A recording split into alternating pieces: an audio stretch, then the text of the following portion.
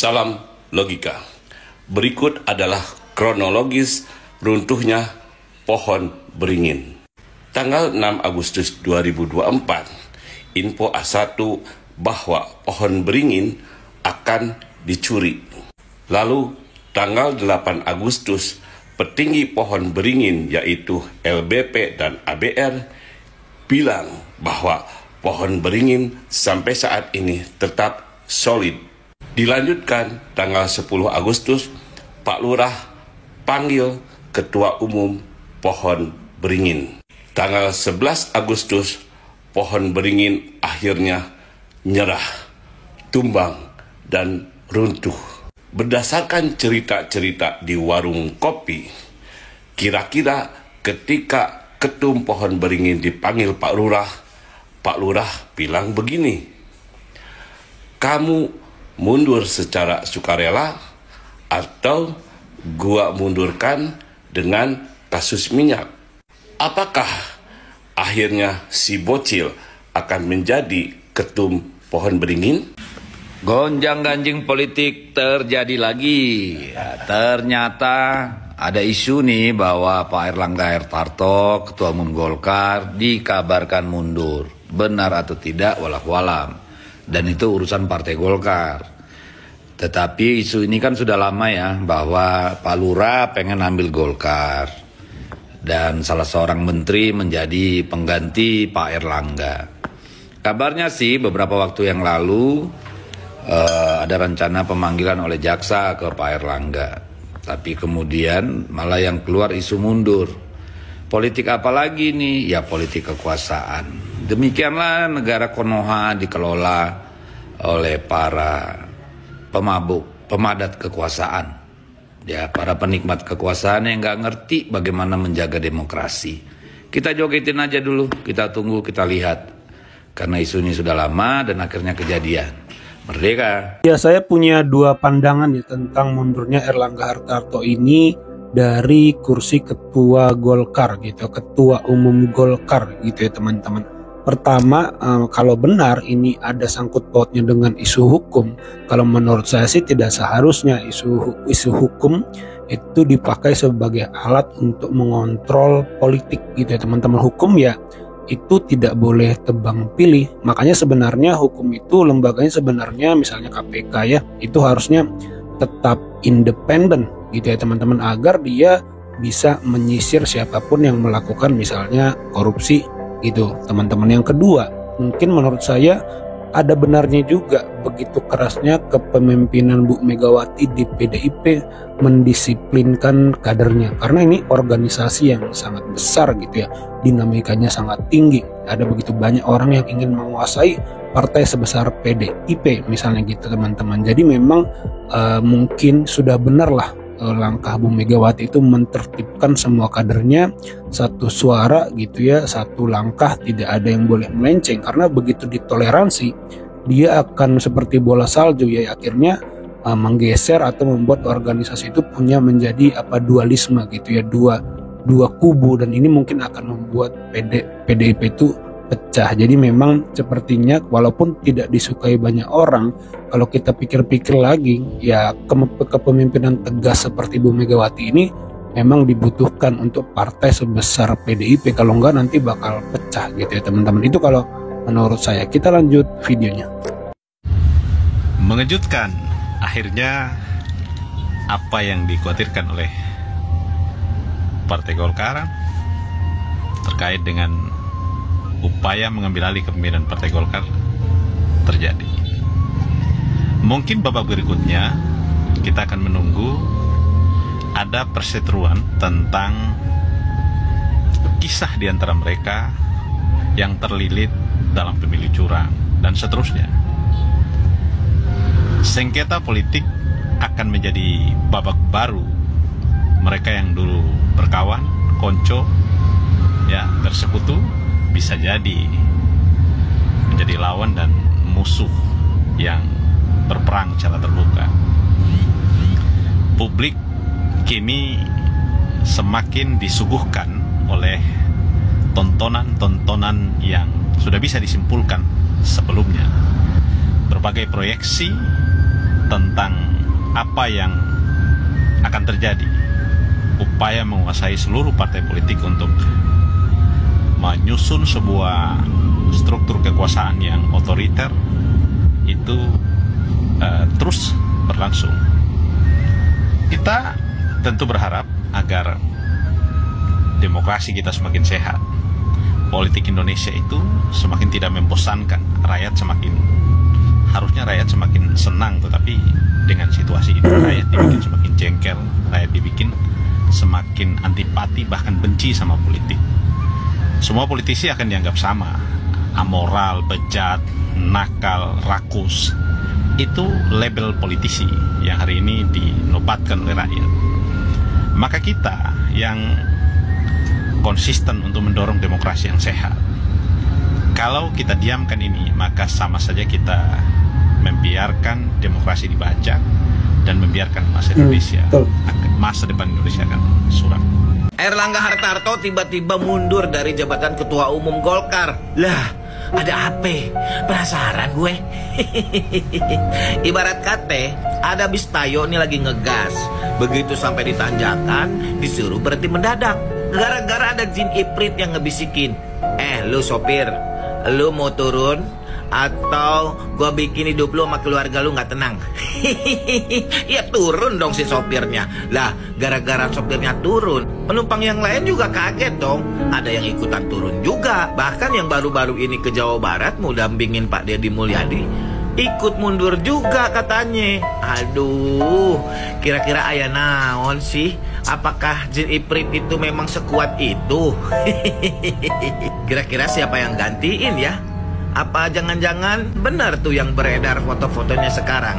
Ada Pak Gibran Rakabuming katanya siap maju menjadi Ketua Umum Golkar. Atau bapaknya, Pak Jokowi, seperti yang dirumorkan sebelum-sebelumnya. Atau Pak Bahlil.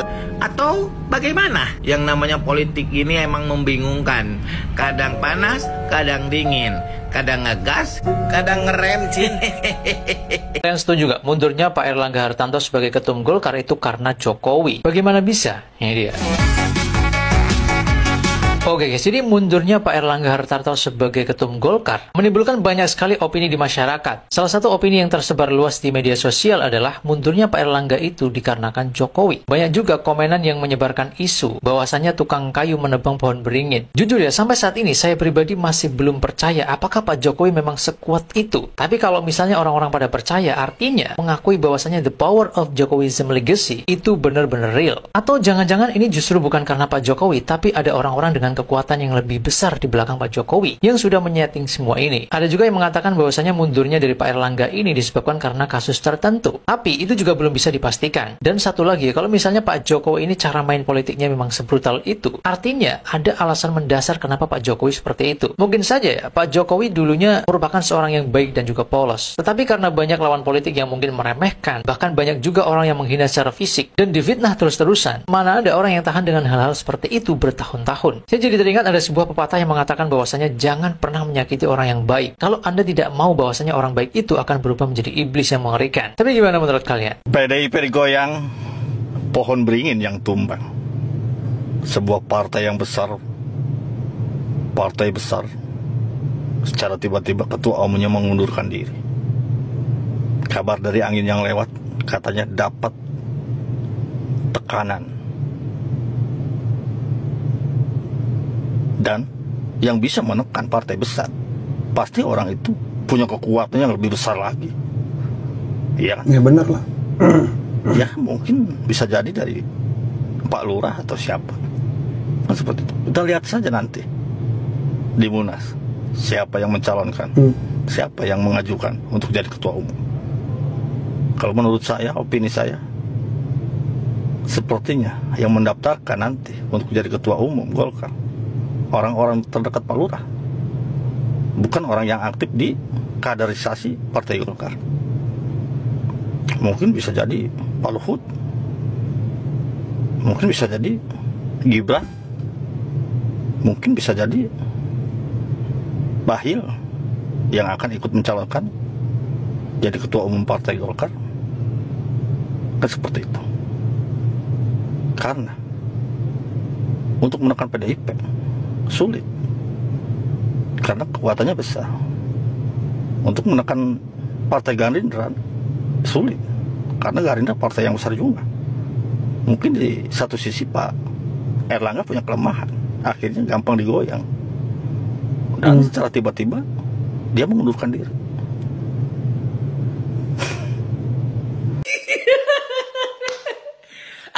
Ngeri ya permainannya. Erlangga Hartarto, Ketum Golkar.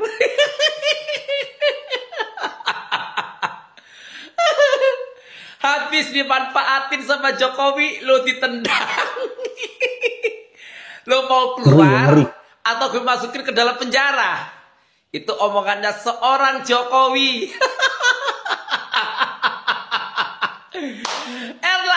Erlangga, hanya lu, Bu Mega aja yang membuat dia jadi presiden, disakitin begitu, dihianatin. Apalagi model lu, Erlangga Hartarto. Ntar lagi ketua-ketua partai yang mendukung ini ntar lagi masuk juga, ditendak juga. Belum tahu siapa Jokowi. Orang yang mengangkat dia dari tukang kayu aja digituin, apalagi kalian.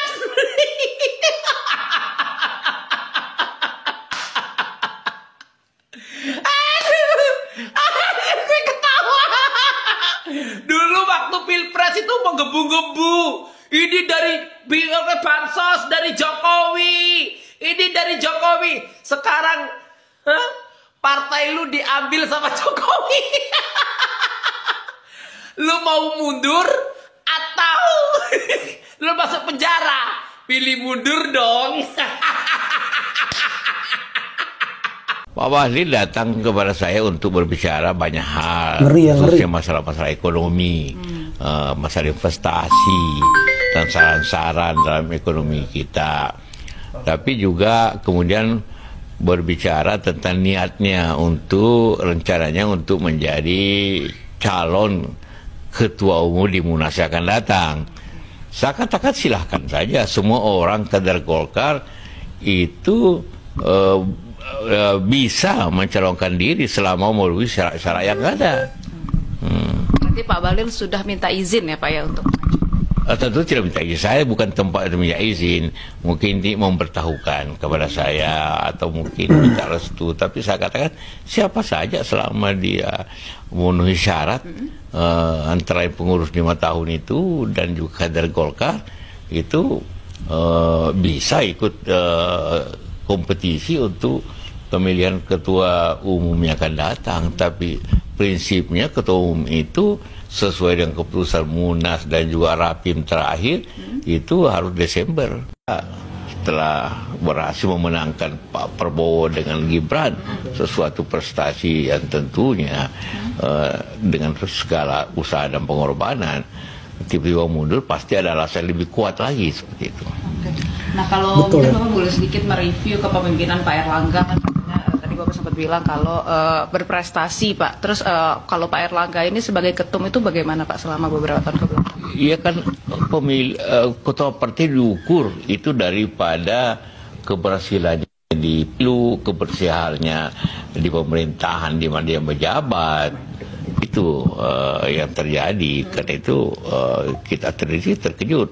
Berarti ada alasan yang sangat kuat dan yang mungkin saja menyangkut dia secara pribadi sehingga dia harus mengundurkan diri. Pak, tadi si persnya Pak Erlangga ini ada yang menarik Pak. Dia bilang kalau mundurnya beliau ini karena menjaga keutuhan partai. Nah itu Bapak mengartikannya bagaimana? Saya tidak tahu, mesti ditanyakan langsung kepada beliau. Ya, Luhut sendiri dalam statementnya itu mendorong agar Golkar tidak boleh diatur-atur oleh pihak eksternal, oleh siapapun. Itu statement sendiri dari Pak Luhut yang begitu dekat dengan Presiden Joko Widodo. Makanya kita tidak tahu ini drama apa lagi nih di tubuh Partai Golkar yang menyangkut dengan Presiden Jokowi maupun Gibran, karena memang isunya Jokowi ini menjadi salah satu sosok yang akan jadi ketua umum ataupun dewan pembina gitu ya teman-teman. Jadi ini benar-benar politik tingkat tinggi. Tapi catatan untuk Pak Erlangga ya dengan kasus hukumnya, ya itulah pentingnya bersih ya, menjadi orang bersih. Seperti Profesor Mahfud, dia mau tembakkan peluru ke segala arah. Seperti yang dia katakan, yang nggak ada yang bisa mengatur dia karena dia tidak tersandra oleh kasus apapun. Ini luar biasanya Profesor Mahfud ya, ataupun Ganjar Pranowo ya, orang-orang yang bersih lah, orang-orang yang bersih itu mereka tidak bisa disandra oleh apapun. Ya, ini catatan untuk para petinggi-petinggi partai. Kalau Anda punya catatan-catatan khusus dalam hukum, itu bisa digunakan untuk memperlemah posisi Anda gitu ya teman-teman. Jadi memang ini udah politik tingkat tinggi yang diskusinya terjadi di ruang-ruang yang mungkin hanya 2-3 orang yang tahu gitu ya teman-teman. Kalau menurut teman-teman sendiri bagaimana? Silakan tulis pendapat teman-teman di kolom komentar. Itu saja video kali ini, sampai jumpa di video saya selanjutnya.